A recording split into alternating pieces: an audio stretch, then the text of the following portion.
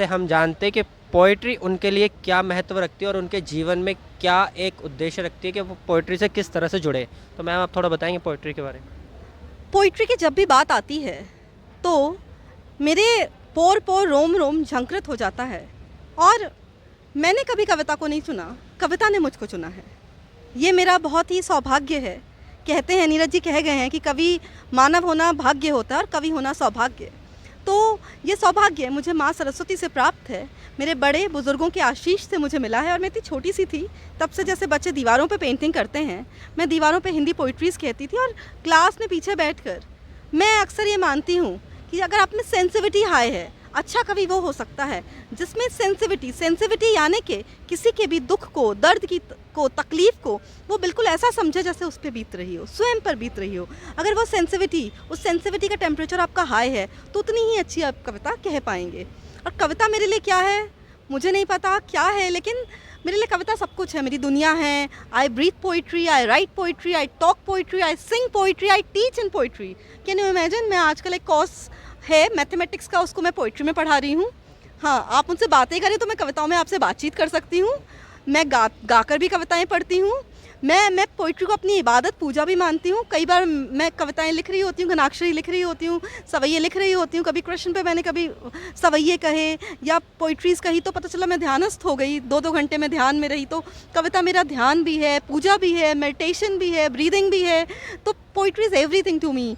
और चलते फिरते पोइट्री के लिए मुझे कभी ज़रूरत नहीं पड़ेगी मैं पेपर पेन बहुत बैठूँ।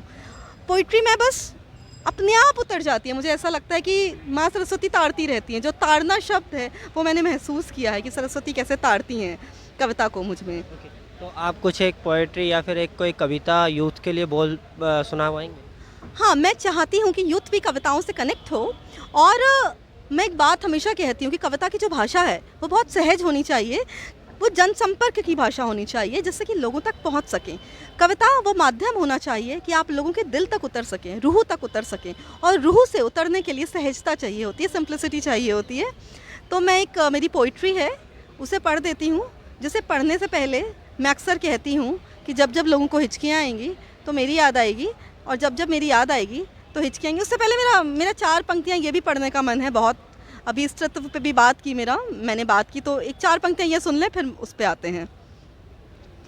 प्यार में दिल ये पागल अभी तक भी है, प्यार में दिल ये पागल अभी तक भी है। मैंने सिर्फ और सिर्फ प्रेम कहा है, मैं सिर्फ प्रेम करना जानती हूँ, समर्पण ही जानती हूँ और प्रेम ही लिखना जानती हूँ। ये बात अलग है, जिस वक्त मुझे देश से प्रेम महसूस हुआ तो वो देशभक्ति हो गई। जिस वक्त मुझे ईश्वर से मैंने प्रेम किया और उसमें कुछ लिखा तो वो आध्यात्मिक कविता हो गई।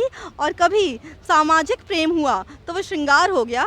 लेकिन मैंने सिर्फ और सिर्फ प्रेम कहना जानती हूँ। तो प्रेम की ये 4 पंक्तियाँ सुने कि प्यार में दिल ये पागल अभी तक भी है, प्यार में दिल ये पागल अभी तक भी है, आँख में भीगा काजल अभी तक भी है, सोने चांदी के जेवर सभी खो गए, सोने चांदी के जेवर सभी खो गए, पाँव में तेरी पायल अभी तक भी है, पाँव में तेरी पायल अभी तक भी है। तो ये जो पाँव की पायल है और वो जब अभी तक भी है, तो वो जो यादें हैं और याद यानी कि हिचकियाँ, तो वो एक पोइट्री है जो लोगों को याद रह जाती है। जिसे मैं चाहे 6 साल का बच्चा हो चाहे 60 साल का बच्चा हो, वो एक सिग्नेचर पोइट्री बन चुकी है। मुझसे ज़्यादा मेरे लोगों की हो चुकी है, यूथ की हो चुकी है, कॉलेजेस की हो चुकी है। वो मैं सुनाती हूँ। उसे पढ़ने से पहले कहती हूँ कि जब जब लोगों को हिचकियाँ आएंगी तो मेरी याद आएगी, और जब जब मेरी याद आएगी तो हिचकियाँ आएंगी। तो सुनिएगा। रात भर आती रही हैं हिचकियाँ, रात भर आती रही हैं हिचकियाँ। शेर सुने कि रोज़ इकरार थोड़ी होता है, रोज़ इकरार थोड़ी होता है, इश्क 100 बार थोड़ी होता है। हो गया बस उससे एक बार, हो गया बस उससे एक बार, हर एक से प्यार थोड़ी होता है। तो रात भर आती रही हैं हिचकियाँ, रात भर आती रही हैं हिचकियाँ, रात भर आती रही हैं हिचकियाँ, मुझको तड़पाती रही हैं हिचकियाँ।